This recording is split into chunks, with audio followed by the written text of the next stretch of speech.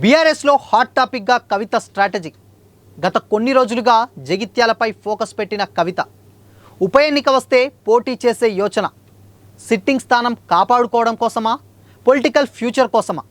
రాష్ట్ర రాజకీయాల్లో కవిత key role. So ఇప్పుడు ఇదే చర్చ సోషల్ మీడియాలో పెద్ద ఎత్తున జరుగుతుంది. అదేంటో తెలుసుకుందాం.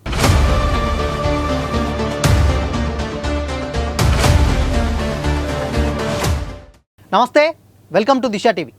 బీఆర్ఎస్ అధినేత మాజీ ముఖ్యమంత్రి కేసీఆర్ కుమార్తె కల్వకుంట్ల కవిత అంశం రాష్ట్ర రాజకీయ వర్గాల్లో చర్చనీయాంశంగా మారింది. ఢిల్లీ లిక్కర్ స్కామ్ కేసులో జైలు నుంచి విడుదలయ్యాక కొంతకాలం పాటు సైలెంట్ మోడ్లోకి వెళ్లిన కవిత గత కొన్ని రోజులుగా జగిత్యాల అసెంబ్లీ సెగ్మెంట్పై ఫోకస్ పెట్టింది. దీంతో కవిత దృష్టి అసెంబ్లీపై పడిందనే టాక్ గుప్పుమంటోంది. దీంతో కవిత ఆలోచనల వెనుక పార్టీ ప్లాన్ ఉందా, లేక ఆమె తన పొలిటికల్ ఫ్యూచర్ స్ట్రాటజీకి ఉపయోగిస్తున్నారా అనేది ఆసక్తిని రేపుతుంది.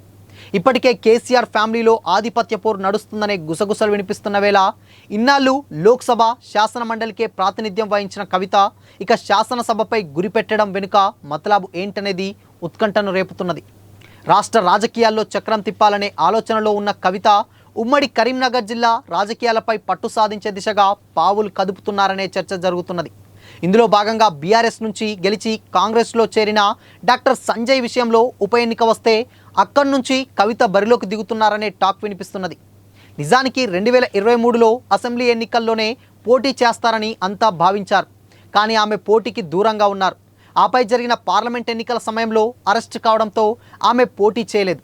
మారిన రాజకీయ సమీకరణాలతో ఆమె తన వ్యూహం మార్చుకున్నారని, రాబోయే రోజుల్లో స్టేట్ పాలిటిక్స్లో చక్రం తిప్పడంతో పాటు ఏకంగా ముఖ్యమంత్రి కుర్చీపైనే టార్గెట్ పెట్టారనే ప్రచారం జరుగుతున్నది.